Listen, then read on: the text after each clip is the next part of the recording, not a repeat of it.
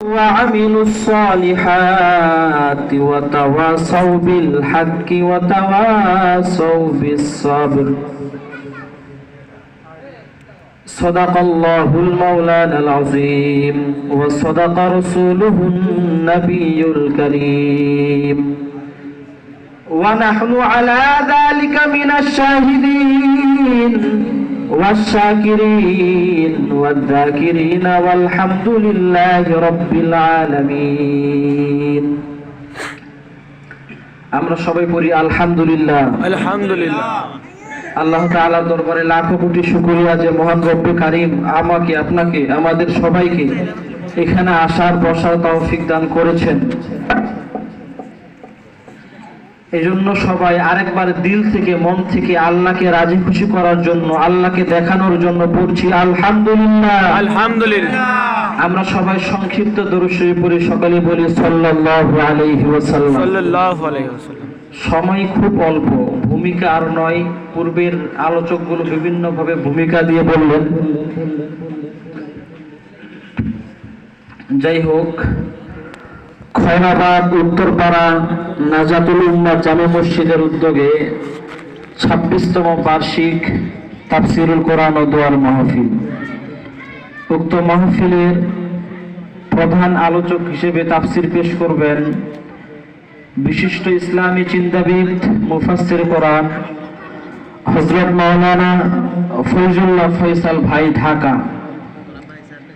আরো অনেক ওলামা একরাম তাশরিফ এনেছেন, আমার পূর্বেও আলোচনা করেছেন, আমার পরেও করবে ইনশাআল্লাহ। যাই হোক, আপনাদের সামনে পবিত্র কুরআনুল কারীমের একটা ছোট্ট সূরা তেলাওয়াত করছি, সূরাতুল আসর। এই আয়াত সূরার মধ্যে আল্লাহ পাক রব্বুল আলামিন সবার শুরুতে বলছে ওয়াল আসর, সময়ের কসম, মহাকালের কসম।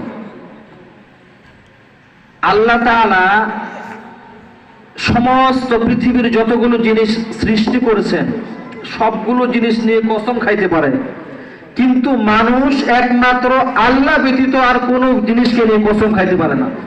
এটা নাজায়েজ, হারাম, গুনাহের কাজ। কেউ বলে মায়ের কসম, এটাও গুনাহের কাজ। কোরআনের কসম, এটাও গুনাহের কাজ। কেউ যদি নবীর কসম খায় সেটাও গুনাহের কাজ। একমাত্র আল্লাহ তাআলা ব্যতীত আর কারণ আমি কসম করা যাবে না। আল্লাহ পাক রব্বুল আলামিন বলছেন ওয়াল আসরি ইন্নাল ইনসানা লাফি খুসর। আল্লাহ পাক রব্বুল আলামিন বলছেন সময়ের কসম, মহাকালের কসম, আসরের নামাজের কসম।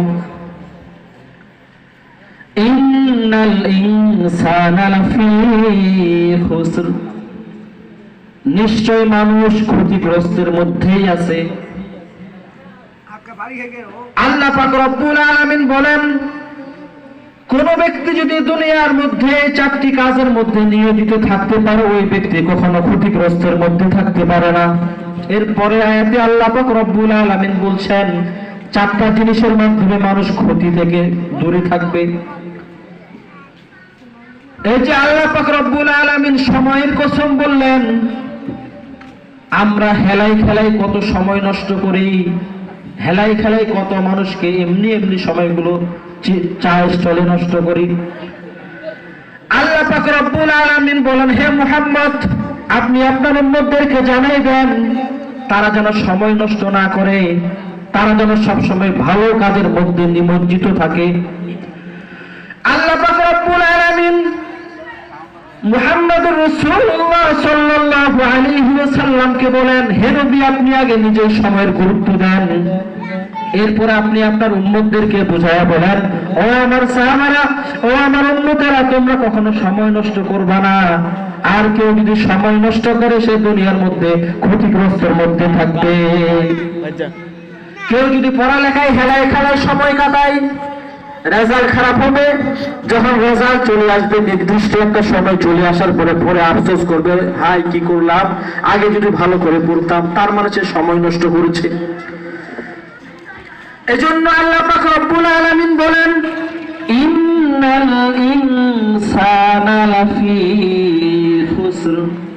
নিশ্চয় মানুষ ক্ষতিগ্রস্তের মধ্যে রয়েছে। আল্লাহ পাক রব্বুল আলামিন বলেন, ইল্লাল্লাযীনা আমানু ওয়া আমিলুস সলিহাতি ওয়া তাওয়াসাউ বিল হাক্কি ওয়া তাওয়াসাউ বিস সবর।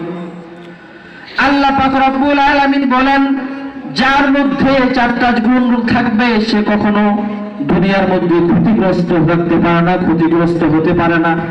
এক নম্বরে ইল্লাল্লাযীনা আমানু, যারা ঈমান এনেছে, ওয়া আমিলুস সলিহাত, নেক কাজ করেছে, ওয়া তাওয়াসাউ বিল হাক্কি, পরস্পর দুইজন দুইজনকে সত্যের পথে ডাকছে, ওয়া তাওয়াসাউ বিস সবরি, দুইজন দুইজনকে ধৈর্য ধারণ করার কথা বলছে।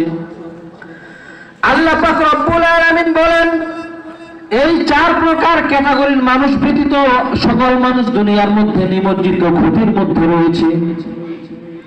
যারা চায় স্থলে মানুষের বদনাম গায়, এই ব্যক্তিও ক্ষতির মধ্যে রয়েছে। যারা গীবত শিকায়ত করে, এই ব্যক্তি ক্ষতির মধ্যে রয়েছে। যারা সুদ খায়, ঘুষ খায়, এই ব্যক্তিও ক্ষতির মধ্যে রয়েছে। এজন্য আল্লাহর নবী সাল্লাল্লাহু আলাইহি ওয়াসাল্লাম বিভিন্ন আয়াতের মাধ্যমে মানুষকে সময়ের কসমের মাধ্যমে মানুষকে সময়ের গুরুত্ব দেওয়ার জন্য বলেছেন। আল্লাহ পাক রব্বুল আলামিন বলেন, কোন ব্যক্তি যদি সময়কে গুরুত্ব দেয়, কোন ব্যক্তি যদি সময়কে ভালোভাবে মূল্যায়ন করে, দুনিয়াতে সে ব্যক্তি কোনোদিন বিফলে যাইতে পারে না। এজন্য আল্লাহর নবী সাল্লাল্লাহু আলাইহি ওয়াসাল্লাম বলেন, এক সাহাবী সুফাই আল আসবাহি রাহমাতুল্লাহি আলাইহি, তিরমিজি শরীফের 2382 নম্বর হাদিসের বর্ণনা। সুফাই আল আসবাহি রাহমাতুল্লাহি আলাইহি তিনি যখন শাম দেশ থেকে মদিনার পথে রওনা হলেন, রওনা হওয়ার পরে আল্লাহর নবী সাল্লাল্লাহু আলাইহি ওয়াসাল্লামের সাহাবী আবু হুরায়রা রাদিয়াল্লাহু তাআলা আনহু, আবু হুরায়রা রাদিয়াল্লাহু তাআলা আনহু হাজার হাজার জনতার সামনে, হাজার হাজার সাহাবীর সামনে কি যেন বলতেছেন। সুফাই আল আসহাবি রাহমাতুল্লাহি আলাইহি বলেন, এক ব্যক্তিকে দেখে বলতেছে, ও ভাই, ওইখানে এতগুলো মানুষ কেন জমাটবদ্ধ হয়ে আছে? ওই মানুষগুলো কেন ওইখানে বসে আছে? কেন এখানে কি শুনতেছে? ওই সাহাবী ব্যক্তি বললেন, হে সুফাই আল আসহাবি, তুমি কি জানো না ওইখানে একজন ব্যক্তি হাদিস বর্ণনা করে? সে ব্যক্তিকে তুমি কি জানো? সুফাই আল আসবাহি রাহমাতুল্লাহি আলাইহি বলেন, না না, আমি ওই ব্যক্তিকে চিনি না। এক পর্যায়ে ওই ব্যক্তি যখন আবু হুরায়রা রাদিয়াল্লাহু তাআলা আনহুর কাছে গেলেন, আবু হুরায়রা রাদিয়াল্লাহু তাআলা আনহু তাকে জিজ্ঞেস করলেন, হে আবু হুরায়রা, আপনি আমাকে এমন একটা হাদিস বলেন যেখানে আপনি নিজে শুনেছেন, অনুধাবন করেছেন এবং নিজে বাস্তবে পরিকল্পনা করার চেষ্টা করেছেন। আবু হুরায়রা রাদিয়াল্লাহু তাআলা আনহু এই হাদিস বর্ণনা করতে গিয়ে একবার নয়, দুইবার নয়, চারবার বেহুশ হয়ে পড়ে গেছে। একবার নয়, হাদিস একটা, একবার দুইবার নয়, চারবার বেহুশ হয়ে গেছে। তিনি বলতেছেন, সুফাই আল আসবাহি রাহমাতুল্লাহি আলাইহি তিনি জিজ্ঞেস করলেন, হে আবু হুরায়রা, তুমি তোমার কামরায় নিয়ে যাও। সুফাই আল আসবাহি রাহমাতুল্লাহি আলাইহি আবু হুরায়রা রাদিয়াল্লাহু তাআলা আনহু কামরায় নিয়ে গেলেন, তার ঘরের ভিতরে নিয়ে গেলেন। এক পর্যায়ে সুফাই আল আসবাহি ডান পাশে বসে আছেন, আবু হুরায়রা রাদিয়াল্লাহু তাআলা আনহু তিনিও বসে আছেন। আবু হুরায়রা রাদিয়াল্লাহু তাআলা আনহু সুফাই আল আসবাহি রাহমাতুল্লাহ আলাইহি বলতেছেন, হে সুফাই আল আসবাহি, আমি এই জায়গাতে বসেছিলাম, আল্লাহর নবী আমার ডানে বসেছিলেন। আল্লাহর নবী সাল্লাল্লাহু আলাইহি ওয়াসাল্লাম আমাকে এমন একটা হাদিস বলেছেন, এমন একটা কথা বলেছেন, যেই কথাটা আমি শুনেছি, আমি বুঝেছি এবং আমি অনুধাবন করেছি। এই কথা বলার সাথে সাথে আবু হুরায়রা বেহুশ হয়ে পড়ে গেলেন। তিনাকে আবার চেতন করা হলো, মাথায় পানি ঢালা হলো। অনেক সময় পরে আবার তিনি যখন চেতন হয়ে গেলেন, আবার হুঁশ ফিরলেন। এক পর্যায়ে সুফাই আল-আসবাহি রাহমাতুল্লাহি আলাইহি আবার প্রশ্ন করলেন, হে আবু হুরায়রা, তুমি একে এমন একটা হাদিস বলো যে হাদিসটা তুমি নবী আকরাম সাল্লাল্লাহু আলাইহি ওয়াসাল্লামের কথা শুনেছো এবং বুঝেছো, নিজে অনুধাবন করেছো, আমল করার চেষ্টা করেছো, তুমি এমন একটা হাদিস আমাকে বলো। আবু হুরায়রা রাদিয়াল্লাহু তাআলা আনহু আবার বললেন, হে ভাই, আমি এখানে বসেছিলাম, আল্লাহর নবী সাল্লাল্লাহু আলাইহি ওয়াসাল্লাম আমাকে এমন একটা হাদিস বলেছেন, এমন একটা, আমি বুঝছি এবং শুনছি, কথাগুলো আমি অনুধাবন করছি। এই কথা বলার সাথে আবার বেহুশ হয়ে গেলেন। আল্লাহু আকবার। আবার সুফাই আল-আসবাহি রাহমাতুল্লাহি আলাইহি বলেন, তিনি আবার তিনার মাথায় পানি ঢালা হলো, আবার তিনাকে হুঁশ ফেরানো হলো। এক পর্যায়ে তিনি হুঁশ ফিরে আসলেন।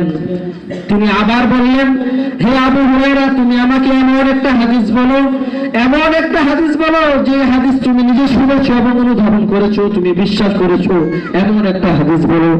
আবু হুরায়রা রাদিয়াল্লাহু তাআলা আনহু তিনি আবার সেই কথা বললেন, হে ভাই, এই ঘরের মধ্যে আল্লাহর নবী ছিলেন, আমি ছিলাম, আর কেউ ছিল না। আল্লাহর নবী সাল্লাল্লাহু আলাইহি ওয়াসাল্লাম আমাকে এমন একটা কথা বলেছেন, যে কথাটা আমি শুনেছি, আমি বুঝেছি এবং অনুধাবন করেছি। কথা বলার সাথে সাথে আরেকবার বেহুশ হয়ে গেলেন। কয়বার হয়েছে? 3 বার। আবার তিনাকে হুঁশ করানো হলো, তিনার মাথায় পানি ঢালা হলো। এক পর্যায়ে সুফাই আল-আসবাহি রাহমাতুল্লাহি আলাইহি তিনি বলেন, হে আল্লাহর নবীর সাহাবী আবু হুরায়রা, তুমি আমাকে এমন একটা হাদিস বলো যে হাদিসটা তুমি নিজে শুনেছো, নিজে অনুধাবন করেছো, নিজে বিশ্বাস করেছো এবং আমল করার চেষ্টা করেছো, এমন তুমি একটা হাদিস আমাকে বলো। আবু হুরায়রা রাদিয়াল্লাহু তাআলা আনহু সে আগের কথাই করলেন, হে সুফাই আল-আসবাহি ভাই, এই ঘরে আমি একাই ছিলাম, আল্লাহর নবী ছিলেন, আল্লাহর নবী সাল্লাল্লাহু আলাইহি ওয়াসাল্লাম আমাকে এমন একটা হাদিস বলেছেন। হাদিসটা বলার সাথে সাথে সেই আবু হুরায়রা রাদিয়াল্লাহু তাআলা আনহু বেহুশ হয়ে গেলেন। এক পর্যায়ে সুফাই আল-আসবাহি রাহমাতুল্লাহি আলাইহি বলেন, আমি আবু হুরায়রা রাদিয়াল্লাহু তাআলা আনহুকে ছোট বাচ্চাকে যেভাবে কোলে নেয় সেভাবে কোলে নিলাম, আর আবার প্রশ্ন করলাম, তুমি আমাকে এমন একটা হাদিস বলো যে হাদিসটা তুমি নিজে শুনেছো, নিজে আমল করেছো এবং অনুধাবন করেছো।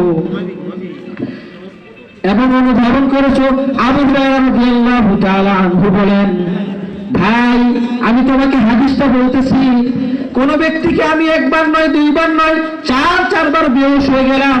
আমি পরকালকে অনেক বেশি ভয় পাওয়ার কারণে আল্লাহর নবী সাল্লাল্লাহু আলাইহি ওয়াসাল্লাম আমাকে বলেছেন, আল্লাহ তাআলা কিয়ামতের ময়দানে, হাসরের ময়দানে সর্বপ্রথম একজন আলেমকে ডাকবেন, ডেকে বলবেন, ও দুনিয়ার আলেম, আমি কি তোমাকে আল্লাহ রাসূল আমার কালাম শিক্ষা দেই নাই? তুমি বলবেন, রব্বে কারীম, আমি আল্লাহ তাআলার কিতাব শিক্ষা করেছি, রাসূল আকরাম সাল্লাল্লাহু আলাইহি ওয়াসাল্লামের হাদিস শিক্ষা করেছি। আল্লাহ তাআলা প্রশ্ন করবেন, কেন শিক্ষা গ্রহণ করেছো?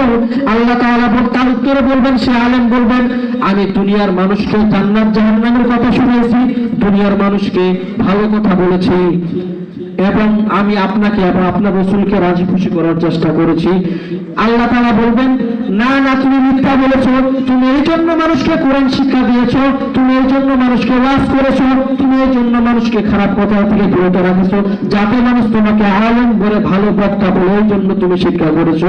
দুনিয়াতে তোমাকে সেটা বলে হয়ে গেছে, এখন তুমি জান্নাতে যাও, তোমার জায়গা নয়, তুমি জাহান্নামে চলে যাও। দ্বিতীয়বারে একজন শহীদকে ডাকা হবে, সেম প্রশ্ন একজন দানশীলকে ডাকা হবে। তিনাদেরকে প্রশ্ন করবেন যে তোমরা কি করেছো? দানশীল বলবেন, আমি তোমার ঘরকে বড় করার জন্য দান করেছি, তোমাকে রাজি খুশি করার জন্য দান করেছি।